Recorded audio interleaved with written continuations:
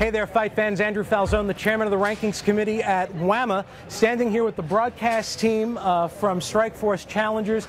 These three guys need no introduction, but I'll do it anyway. Pat Miletich, Quadros, Mauro Ranallo. Guys, an impressive night of fights. Who stands out in your mind most in terms of going from a challenger to a contender, Pat?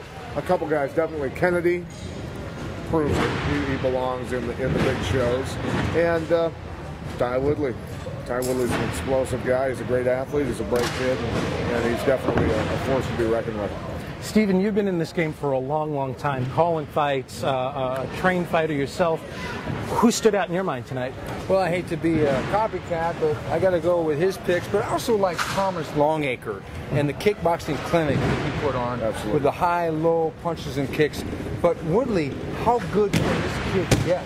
He's got the submissions, he's got the strike, that big overhand right, all that crazy move. Tim Kennedy knocking on the championship door, maybe. I mean, he's got to sight set on Mayhem because, you know, they both split. You know, he got the one win, Jason got the last one, and Tim Kennedy was really shy about it in the post-fight interview, but he told us he wants to fight Jason, and if Jason wins the title against Jake, that would be two gifts in one package for him. Yeah, that's a rubber match that I think a lot of hardcore MMA fans want to see. Now, Mauro, you're the play-by-play guy. Your job is to tell the stories, and there are so many compelling stories going on this card tonight. Yes. Daniel Cormier, again, Tim Kennedy coming back from an overseas deployment, his second fight back. The most compelling story to you? First of all, I want to thank you for saving the best for last.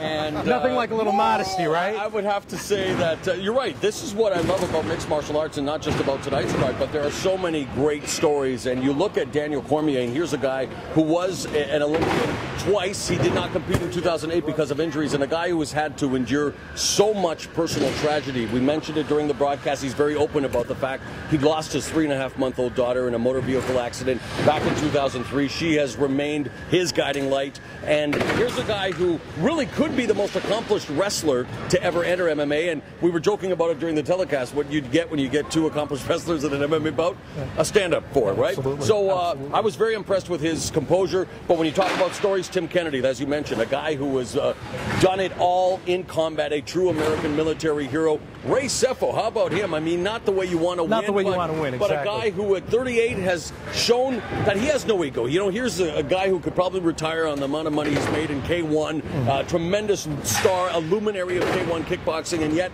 now wants to enter the mixed martial arts stage. He could do a lot worse than to hook up with Extreme Couture.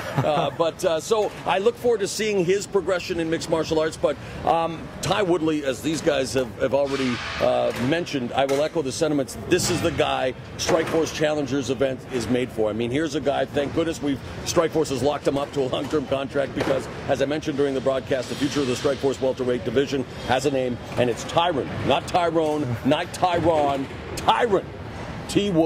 Woodley. Remember it.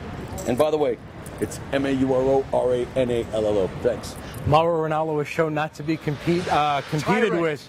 Tyrant. Oh, sorry. Did I say that? That wraps it up here from Tulsa, Oklahoma. Remember, for the most comprehensive rankings in the world of mixed martial arts, head over to GoWAMMA.com. Until next time, I'm Andrew Falzon. Thanks for watching.